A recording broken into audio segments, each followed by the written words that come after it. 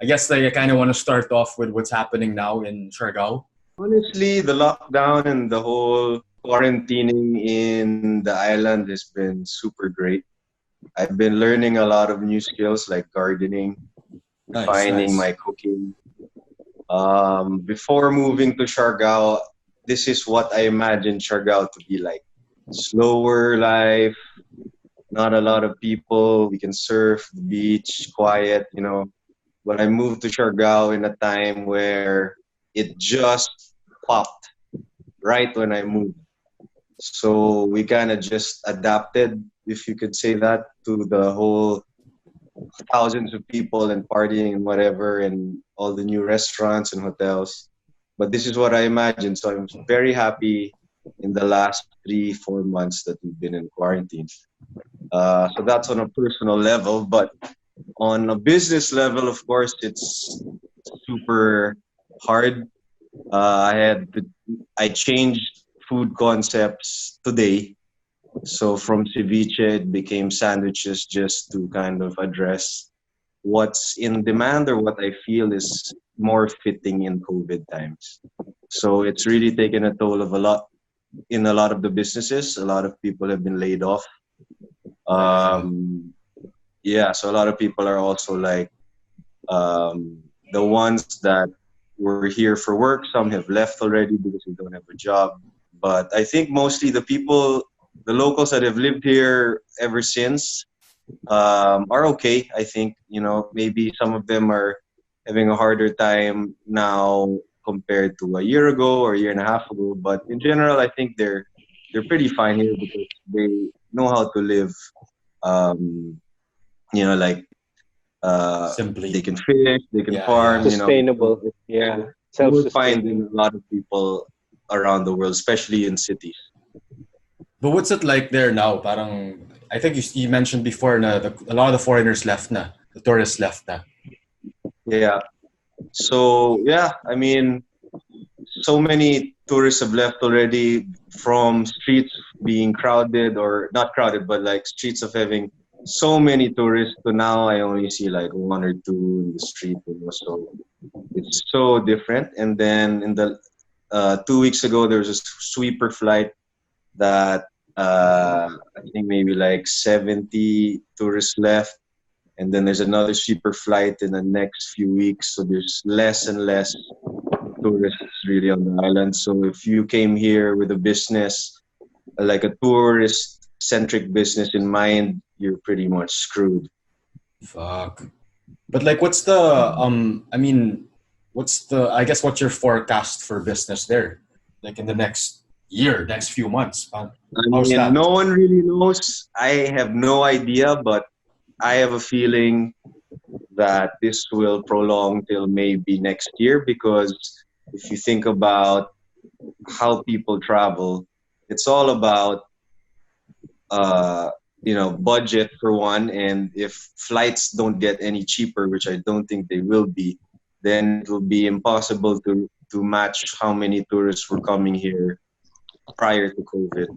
But also, it's just the comfort of traveling. Now, you can't just say, okay, I'm gonna go to Siargao, I'm gonna go to the US or Europe or whatever without having COVID in the back of your mind. So Mhm. it's gonna be a while. Shit, Yeah, man. I was talking to some people earlier today. They were saying that the until the vaccine, there's really no saying. No one can say for sure. Yeah, and I think even if there is a vaccine, it's still going to be hard for people to really just free flowingly travel. There's Yeah. so many things to consider now. Yeah. But did it affect you? Like when I mean you see the news, like how do you I mean yeah, fine, How like are you you're holding how up? are you holding up mentally, emotionally? There's a lot of concern with all my friends and family in Manila, and that there's a lot of COVID there compared to here. But that's the same with everyone. I think everyone that's been going through this all around the world. And Mhm. to me, I think it helps to see things online and read people's experiences and all that. So that kind of helped me understand the situation more.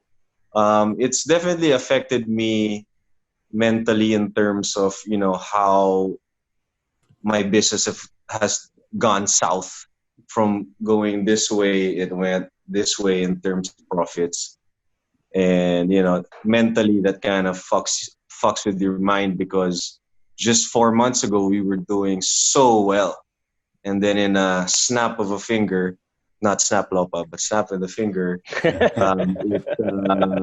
it just went south. And so it's so hard to grasp that, because I remember the day the lockdown happened. The day before, we were doing so well. 2 days after, there's no more. I mean, we had to close. And then when we opened Cev again 2 months after, we would probably have 1/8, 1/6 of the people we had. So it's kind of hard to deal with that mentally. Yeah. Do you feel like you're still grieving, like, I guess the old life of Cev? You feel like parang shit Uh, sayang? Or have you accepted the new evolution of Cev?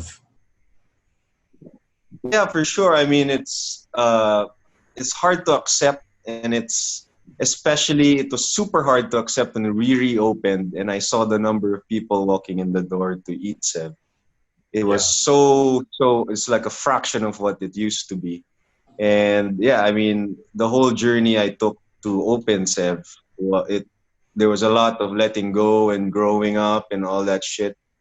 And it went really well for the first year and a half, and then in the last 2 months it just wasn't doing well. And every day I'd go to Sev, and in my mind I was like, fuck, man, this was going so well, and because of just a virus that had nothing to do with the food or anything, with the island or anything, now the business is doing really bad. No one's, and it sucks. It sucks really hard to accept. But in terms of the Sorry to pivot, hear that, man. yeah, man. But like the sandwiches, it seems like I don't know if this was I mean, you told me about your sandwich business plan, but I thought it would be a new concept. So did you just decide to make it under Sev na lang? Yeah, for now, decided to make it under Sev because, for one, the location also, like, I mean, it's kind of hard to commit on a new location for the new sandwich shop right away. Mhm. So we decided to do it in El Paso, which actually where the new sandwich shop was supposed to be. But a lot of a lot of a lot of things that you can't factor in kind of happened, and so this was the best option for me. But the space is so small that I couldn't really do the complete sandwich shop concept that I wanted to do. And so I just decided to put it under Sev because the concept now is something quick, fast, and cheap. Mhm. So now the sandwiches are 160, 180. So it's more geared towards more the people that just live here and not Yeah. tourists, because I But cannot doesn't rely on people that live here to spend 300, 280 on my meals every day, every 2 days. yeah. But 160 is, I think, a fair price. No, for Well, sure, I for So sure. mean, that's at least you're able to cover a little bit more of you're not spreading yourself too wide by having bigger fixed overhead, right? I mean, oh the fact yeah, that yeah. you're That's putting the it in whole one point. location. Yep, that's the whole point of doing this sandwich too. Is we have less staff also now. I mean, not less staff, but they're working less days because of COVID, because they're just too much if they work normal shifts. And so the small sandwich operation can only support a small amount of sandwiches. It just kind of trickles down to Mhm. what the concept is now. So David, like I'm curious, like I mean, a couple of years ago you were wearing a freaking um Corporate suit, corporate suit. corporate suit. And Mm-hmm. I feel Really like parang corporate. now this is like a big challenge that you're facing, and like maybe have you ever looked back, like let's say this year alone, have you ever looked back and thought about your old life, and like parang I always ask you about this because I feel it always changes. So like what's Yeah, the insight lately? in an island now is a complete 180 into the life I used to live in the stockbroking industry.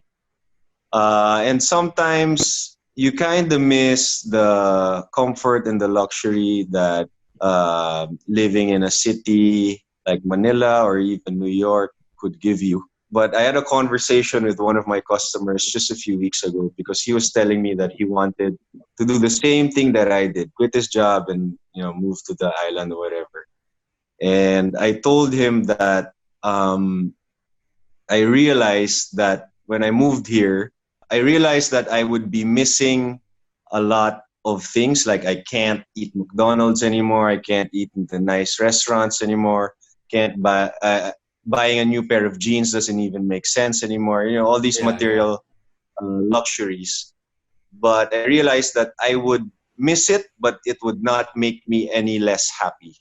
I miss them, but they don't make me unhappy that I don't have them. But then also, so, I miss it. I miss having a Negroni or something, or like an old fashioned. I can't have that here. It's Red Horse and Tanduay. But these are just material things. But yeah, that's mostly what I miss about the old life, really. But other than that, I'm pretty much super happy and super set here. Why don't you share with us, David, how you decided to just take the leap of faith and go from the corporate job and then living in New York to jumping to Siargao? Yeah, I mean, I was talking to Nikki about this a long time ago, and we had many discussions about this. But I was super unhappy with the corporate life because in the line of work that I was in, it was all about making money, stockbroking. You analyze a company and you choose a company that you think will make you the most money. And it was just all about that. Everyone I was with was talking about that. And after a while, it just didn't make my heart, or just me, it didn't make me whole anymore. I felt super empty. I've always had an interest for food. And so I just decided to try cooking. So I did a lot of cooking classes in Thailand, in Manila, even, I did some in Japan, just to see if I really, really, really wanted to do it. And I cooked for a lot of people. Me and Nikki did this thing called Friends with Benefits. I Um, was there in the first yeah, one. where you would cook Nice. for people and you would benefit from it or something For like sure. that. I was just trying to see if I really wanted to cook or not, and I did. I realized that I wanted to cook. So instead of going to business school, I decided to go into cooking school in New York because, for one, I love the city, but then there's a lot of food options, restaurants in New York. When I left New York, I knew I wanted to go back and live in the beach. And so for me, the best concept for me for that to work would be a ceviche shop or a kinilaw place, because I also wanted to promote kinilaw aside from ceviche. So yeah, that's how it all came to be. So I got home. I took a trip to Siargao and El Nido because I wanted to see which ones would work best with the concept. I mean, in terms of like land prices, fish prices, if tourists, the quality of tourists, whatever. Still keeping in mind, still keeping like the business savvy kind of mindset I still had from my previous job. And when I got to Siargao, I realized that the community was so strong, and that I just wanted to stay in Siargao and not even go to El Nido anymore. It's been great, but it's also been hard in the beginning. But all in all, it's been great. Yeah, but maybe would love to hear about the struggles though, because people romanticize the idea. I mean, I was there for 3 months and I had a hard time because, like, Yeah, I mean, I feel like the regular brownouts, parang yun nga, walang creature comforts, and of yeah. course the mental thing. Then parang like I have all these stuff in Manila, but here in Siargao, you're down to the basics. So maybe you can share your struggles. I think it all boils down to what we're all used to growing up, right? And us, we grew up in the city, and so we're used to all the city way of life. Here, it's so different. Like you said, there are brownouts. Water is hard. Sometimes it's hard to have even hot water. Um, but you learn to live with it after a while. I think in the beginning, first few weeks, maybe you're like, oh man, I wish I had hot water. But after a while, you're fine with it. I think again, is you just gotta get used to it. Mm-hmm. But mostly the struggle was also just kind of having a very simple routine, if that makes sense. Like waking up, going to the restaurant, surfing, going home, doing it the same thing. I mean, it's the same in the city, but then in the city you have a lot of other options. You can watch a movie, you can eat in many different other restaurants, you can see all your friends, different groups of friends. Here I see the same people every single day. You But you get see, water time. I get water time, so that makes us a bit Yeah, more trade off.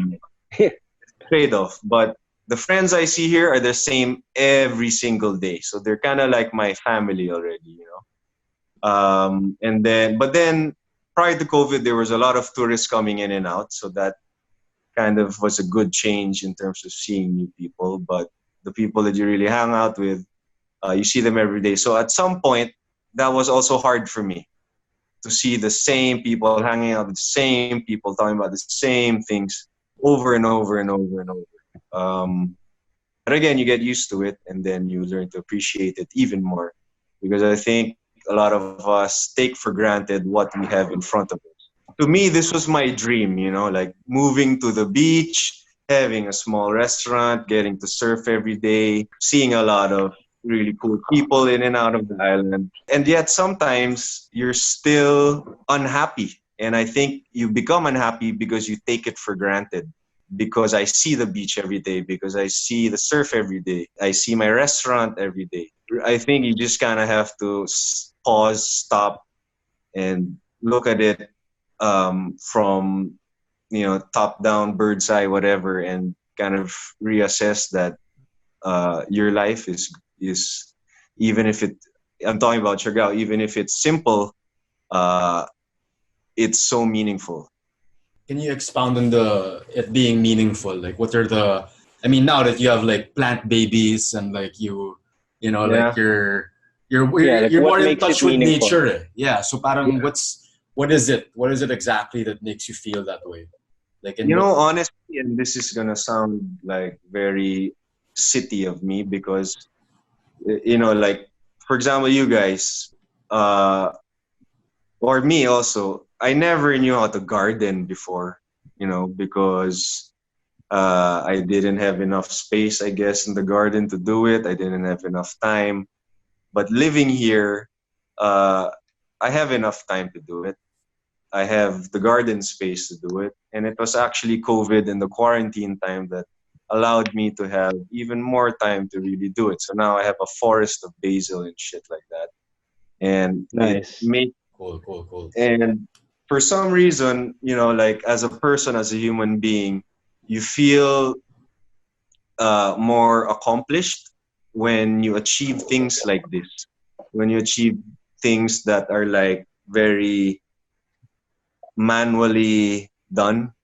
When you wake up every morning, you water your plants, put fertilizer, actually pee on my plants. It's a little secret that one of the old ladies told me to do, and it works.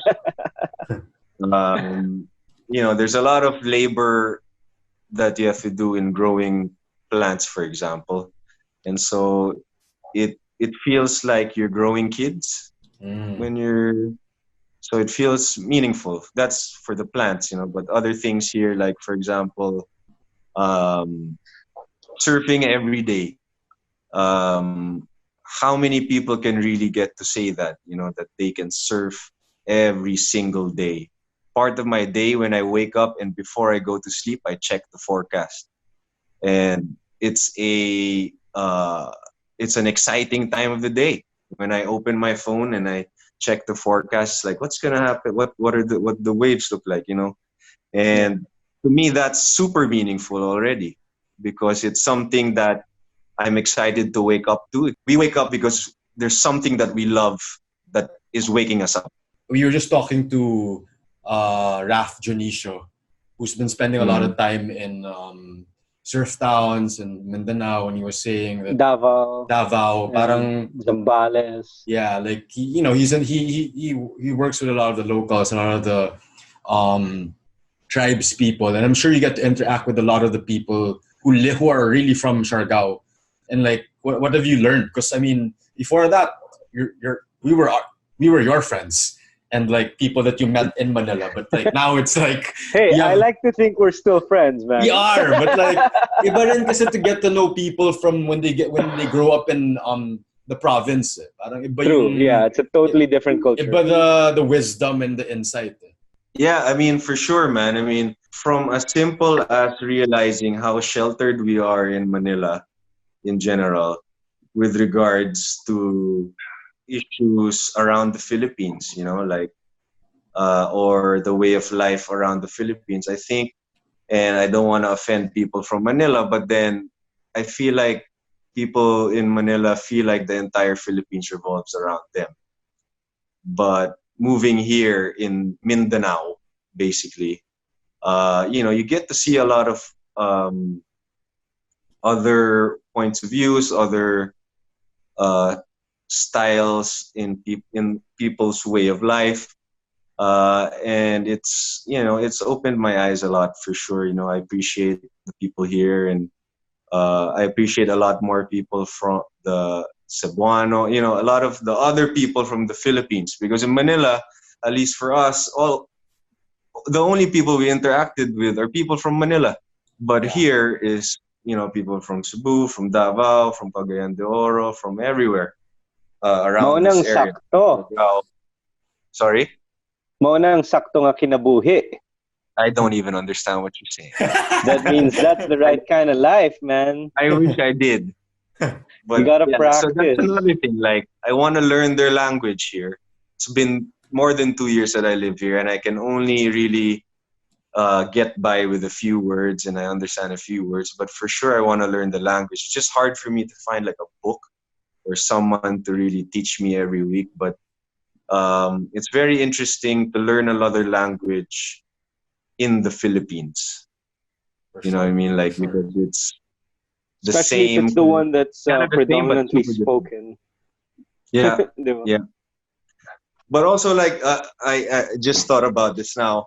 I feel like a super outsider here because I speak Tagalog and not Bisaya or Siargao or something like that. And it goes to show also like the how the Philippines is made up of islands and everyone is separated from each other, because you automatically say that, oh, this guy's from Manila, Tagalog. You know, there's already a border around me. You know, I'm the stigma is real. Speaking guy. Yeah. With this pandemic, naman, it's. I think we're all going through it. Especially, there's so much happening, not just with the pandemic, with the stuff in the States, protests. Now, with the anti-terror bill was just signed. Like, I guess you are in paradise. You are a pretty, how do you say this? Like, detached from what's happening. Like, especially because Manila is like really the epicenter of everything happening, diba? And like, what do you think of like the world now in general? And like, how does that affect the way you wanna like live your life moving forward, even if you're there in Siargao?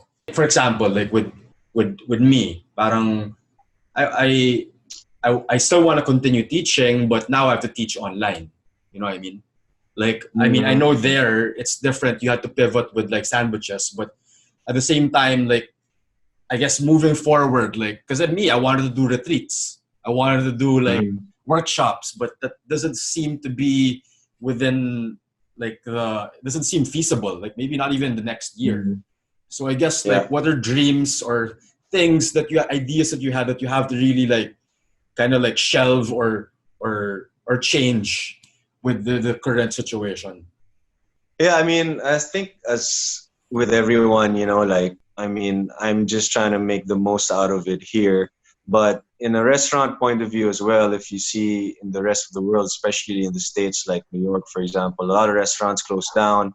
To put it simply, it's delayed a lot of plans. But yeah, I mean, that's why I did the sandwiches, because this is the best I can do.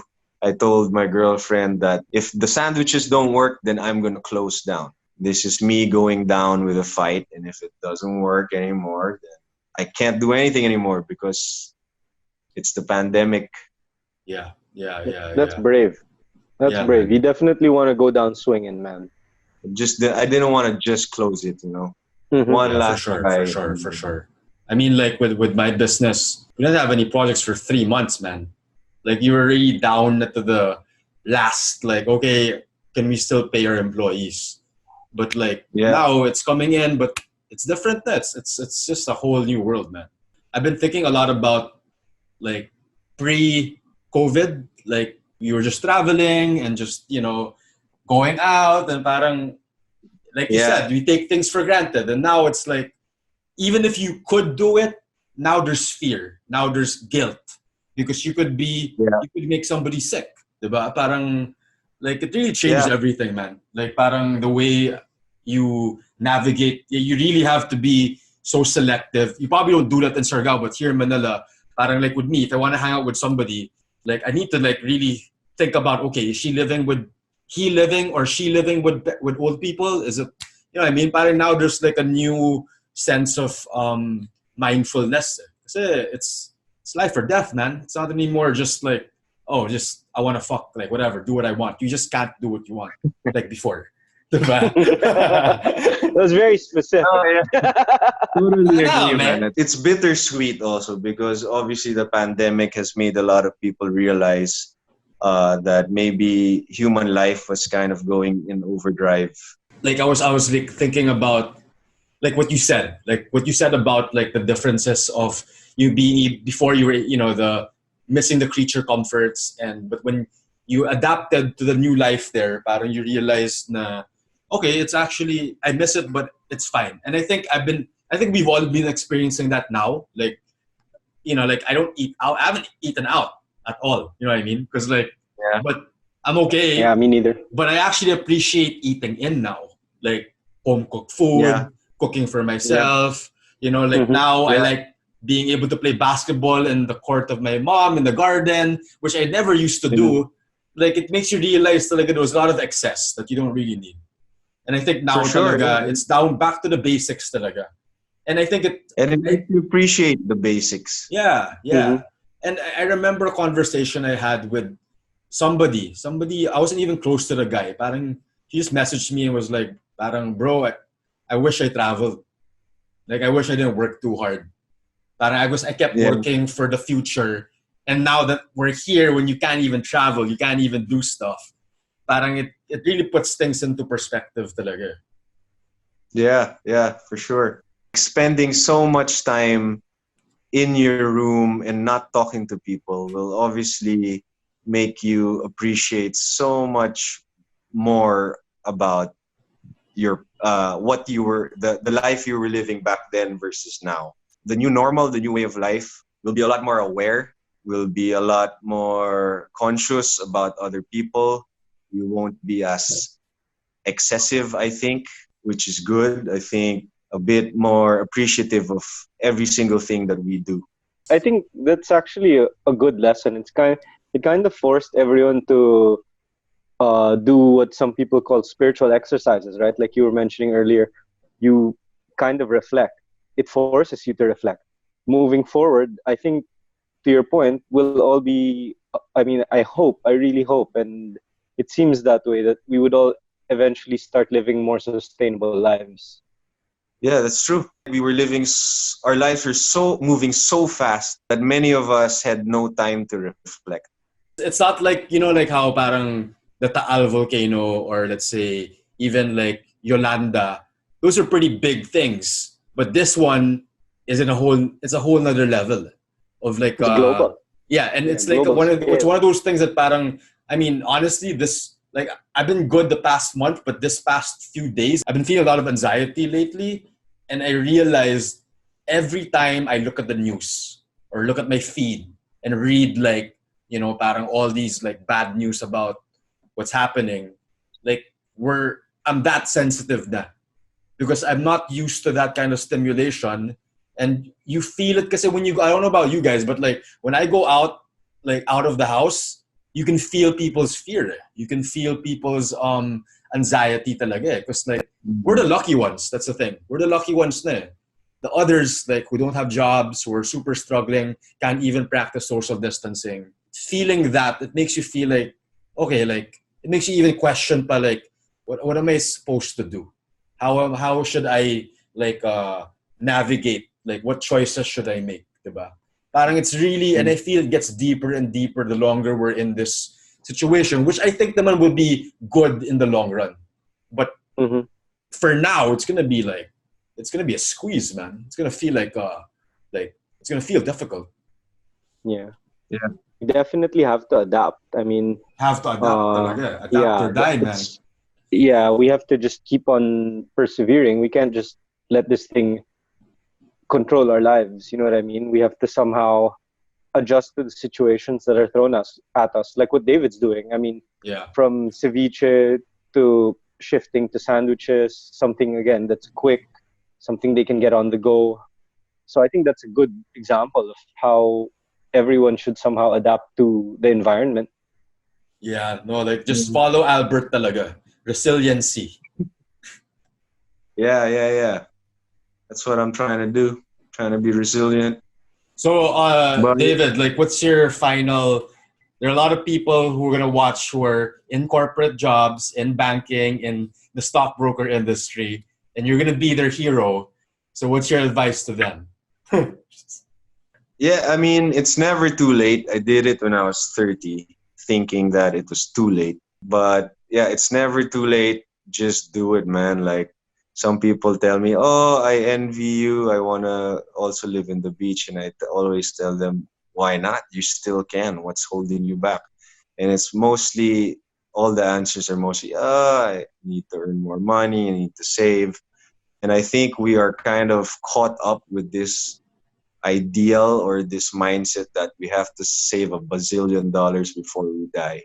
But in reality, where the hell are we going to spend the $1 billion that we save when we're 99 and we're about to die? Exactly. The proper saying here is YOLO, really. You can only enjoy life as much as you can when you're this young. Precisely why I did it already, because I knew if I was 50 and I decided to do it, I can't enjoy Siargao the way I'm enjoying it now. You know what I mean? So the clock is ticking, yes, but it's never too late. Just let go of the feeling of not being safe without money, because you don't need a lot of money to be happy. You do not.